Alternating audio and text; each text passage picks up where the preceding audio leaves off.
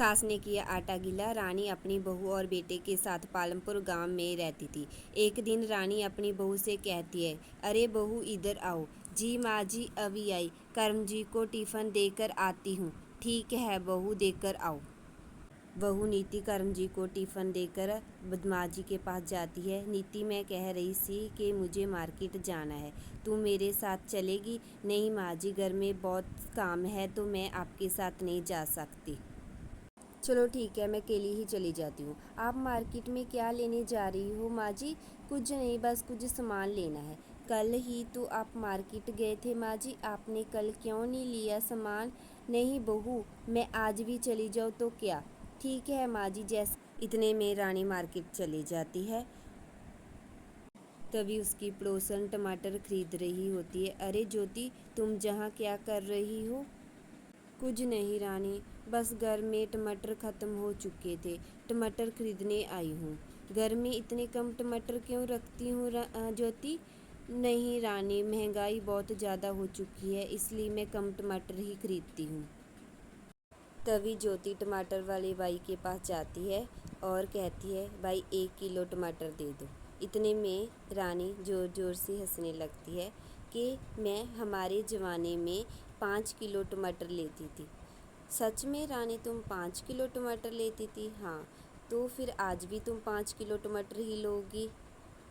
5 kilo टमाटर तो ज़्यादा होता है। नहीं बहन, आज भी मैं 5 किलो टमाटर ही लूँगी। जैसे मैं पहले खरीदती वैसे ही खरीदूँगी। नहीं, मुझे इतने टमाटर की ज़रूरत नहीं पड़ती। पहले के ज़माने में महंगाई कम होती थी, पर आज के ज़माने में महंगाई बहुत ज़्यादा होती है। इतने में ज्योति कहकर चली जाती है। बड़ी आई मुझे कहने वाली कि पिछले ज़माने में महंगाई का फ़र्क था। मैं तो पिछले ज़माने के साथ ही चलूँगी। घर पहुंचकर रानी कहती है कि मैं 5 किलो टमाटर लेकर आई हूँ। इतने टमाटर क्या करने थे माँ जी? हमारे तो कल ही कर्म टमाटर लेकर आए थे, तुम्हें क्या? रानी सोचने लगती है कि माँ जी को समझाना बहुत मुश्किल है। आज मैंने आलू के पराठे के साथ टमाटर की चटनी बनाई है। वाह, क्या नाश्ता बनाया है! मेरे तो मुंह में पानी आने लगा। बहू, मुझे भी बहुत भूख लगी है, तुम नाश्ता लेकर आओ। हाँ जी माँ जी, अभी लेकर आई। नीति बहू नाश्ता लेकर आती है। नाश्ता करने के बाद रानी फिर से बोलती है, बहू जी कैसा नाश्ता बनाया है, इसमें तो तेल ही नहीं लगाया। तुमने पराठे पर तेल नहीं लाया? नहीं माँ जी, मैंने तो बहुत अच्छे से तेल लगाया था। तेल तो बहुत है, महंगाई बहुत हो चुकी है माँ जी। पराठे तो बहुत अच्छे बने हैं माँ जी। हमारे ज़माने में बहुत अच्छे से तेल लगाकर पराठे बनाती थी। अब जब भी बनाना बहुत अच्छे से तेल लगाकर बनाना बहू। ठीक है बहू, अच्छे से तेल लगाना। ठीक है माँ जी, अच्छे से तेल लगा कर ही बनाऊँगी। आज के ज़माने में माँ जी महंगाई बहुत है। कोई इतने में कर्म ऑफिस चला जाता है, बहू और सास दोनों अपने काम करने लग जाती हैं। माँ जी इधर आइए। क्या हुआ बहू, इतने ज़ोर से चिल्ला रही हो? माँ जी, सारे ही टमाटर ख़राब हो चुके हैं। क्या? इतने टमाटर तो मैं लाई थी। चुप कर बहू, इतनी जल्दी टमाटर कैसे ख़त्म हो चुके हैं?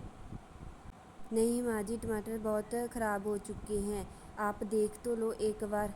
चलो बहू, आप मुझसे बात मत करो। हमारे ज़माने में मैं इतने ही टमाटर लेकर आती थी, मेरी वाली तो कभी ख़त्म नहीं हुए।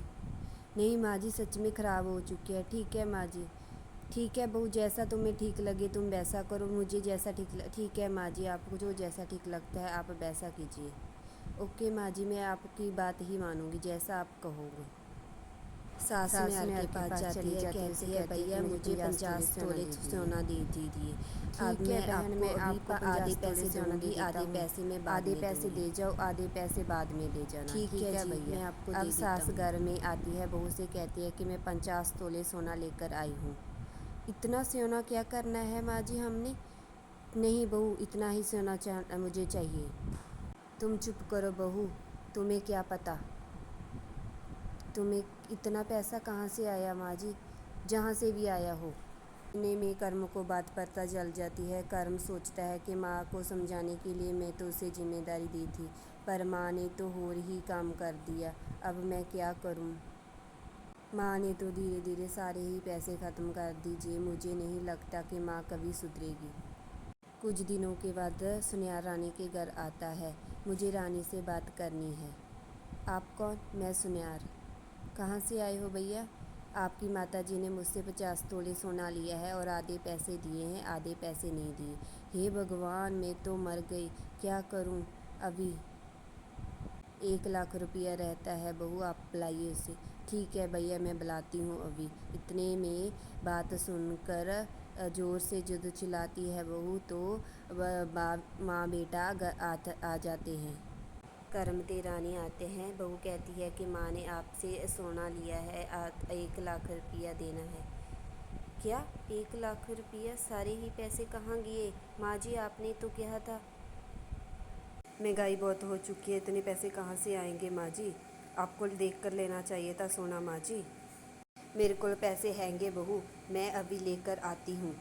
इतने में रानी पैसे लेने जाती है। जब वो देखती है तिजोरी में कोई भी पैसा नहीं होता, तभी वो आती है तो कहती है कि पैसे तो नहीं है माँ। तो पैसे कहाँ चले गए? मैं कहती थी ना माँ जी कि आप देख कर खर्चा करना चाहिए। अब क्या करें? कोई ना बहू, मैं बाद में दे देती हूँ। इतने में उसका बेटा उससे माफ़ी मांगता है। भैया, मैं आपके पैसे आधे कर दे देता हूँ। आप मुझसे मैं मेरी पेमेंट आएगी, मैं आपको पैसे दे देता हूँ। माँ जी को देखकर खर्चा करना चाहिए था, माँ जी को नहीं देखकर खर्चा करती है। इतने में रानी बहुत उदास होती है। वो सभी से माफ़ी मांगती है। भैया, मैं आपके पैसे दूँगी। भैया, मुझे माफ़ कर देना, मैं आपके पैसे ज़रूर दूँगी। आप कहाँ से दोगी माँ जी? मैं अब दे दूँगी। नहीं माँ जी, हम दे देंगे, आपको माफ़ी मांगने की कोई ज़रूरत नहीं है। आप मुझे माफ़ ना करना बहू, मुझे गलती की है, मैं इतना खर्चा नहीं करूँगी कभी भी। नहीं बेटा, मुझे माफ़ कर दो। गलती का एहसास हो जाता है रानी को। उसका बेटा सुनियारे से कहता है, भैया मैं आपके पैसे दे दूँगा, मुझे 1 महीने की मोहलत दे दीजिए। 1 महीने के बाद मैं आधे कर दे दूँगा। आगे महीने के बाद अपने सारे पैसे चाहिए। ठीक है।